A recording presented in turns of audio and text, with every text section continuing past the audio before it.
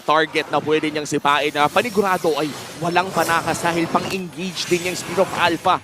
Yun din lang ang panakas niya. Purple, mukhang nandyan na rin na, nagamit na rin ang ultimate ni Super Friends pero umaharap si Joma. Okay, na-purify na rin si Jom. Naku po, natunaw ni King Kong. And this time, andito na at nanggigigil na mga Sonic. Si Atoy ang kanila pinupuntira dito pero nandun yung Crimson. And this time, ay makakapatay ng dalawa. Itong si King Kong. Andito na nga ang Fnatic Onyx Philippines.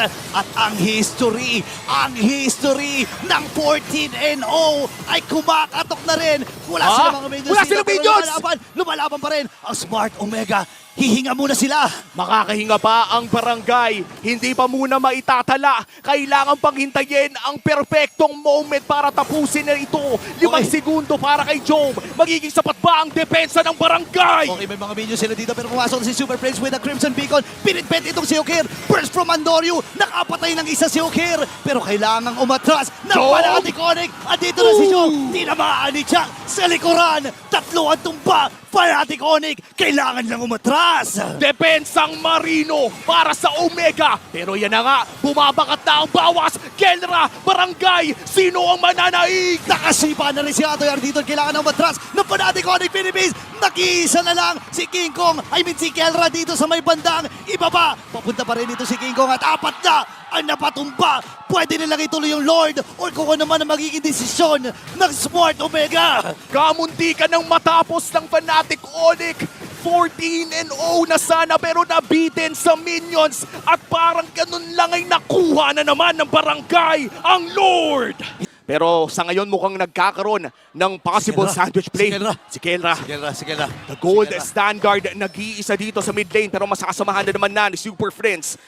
Audio check, nakita niya lahat! Nahuli ka agad dito si Super Prince, nagamit na yung Crimson Beacon pero si Chuck Mambay kailangan ng umatras. Pumasok na rin dito si Brusco and this time si King Kong nakakalahatin yung kanyang buhay dito sa Atoy Ari. Umatras na nga rin ang pababa ng buhay ng Smart Omega. Kailangan nilang lumayo, kailangan nilang umatras.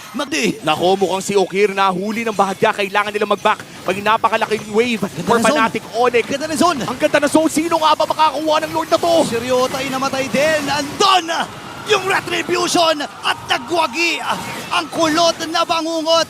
Ngayon naman ay mamamatay itong si Jom. Pero yung Lord doon sa may bandang itaas, nakasurvive pa yung maikling buhay ng crystal na yon. At ang Smart Omega hihinga pa rin. Kailangan na nilang ikat yung wave dahil lumisa na yung Lord. 30 seconds para kay Ryota, 40 seconds para dito kay Jom. Napakataas. Wala na sa loob ng base at may minions pa dito sa may bandang mid lane. Pwede silang kumapit dito and this time si Super Friends nandun yung burst. Napakaunat kalahati yung buhay ni Super Friends. Natunaw na rin nila yung Lord. Nasa may bandang itaas itong si Kirk. Ano ang gagawin ng barangay? Kailangan nilang dumepensa kahit ano nang gawin nila. 20 seconds, buy time para kay Ryota at kay Jom. Si Andoryu ngayon mukhang magpapahabol sa dalawa. Pero pumunta din tayo sa may bandang gitna. Ito na ang pag-push nila, Kelra. Ito na nga ba ang history in the making? Si Kelra gusto nang matapos itong laban na to. Pinibase ako niya ngayon. Nagamit na rin yung mga Wither's Crown. Habang si Jack Mamba yung matras din. And si King Kong ay mamamatay. Habang si Kirk ay nakakuha na rin ng isa. Pipit-pitin din si Andoryu. Si Ryota. Nalilito-lito na ako. Napakarami mga nangyayari sa laban na ito. Atras muna si Kelra. At ang buong kumuna ng Smart Omega. Buhay pa rin flicker out from Jack Mamba. Buhay pa! TikTok timers na para kay Okir at King Kong. Parehas na sa 45 seconds. 4v4 ang labanan dito sa may bandang gitna. Si Chuck ngayon ay delikado pero si Ryota nakahanap ng isa. Si Kelly napuntahan pero mukhang makapadash palayo. At buhay pa rin ang Filipino Savage. Buti nilang dumiko. Itong si Andoryu ngayon. Lalaban na nga daw ang Smart Omega and this time. Ni Kelly doon sa may bandang ibaba. Go time na nga daw. Sabi dito Omega Timers. Ilalaban na kagad natin. Nagamit na kagad yung Winter Crown. Here comes Kelra. Nandito na nga rin. Pop yung mga immortality na tumutumba pero nasipa na. Atoy R. Pop na rin yung immortality niya. Si Super Prince ay wala na rin. Nagamit kagad yung Winter Crown mula dito kay Chuck Mamba. And this time, wala si King Kong for the next 70 seconds.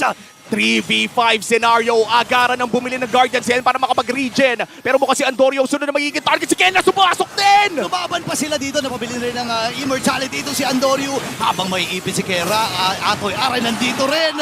3 ang tumumba. 2 na lang ang natitira para sa Fnatic Onyx. Ito na nga ata ang pag-extend at ang lason ay nananalayplay pa rin para sa Smart Omega. Game number 3 ay paparating na! Kumagat na ang lason ng bagong barangay. Bagong barangay, bagong lason.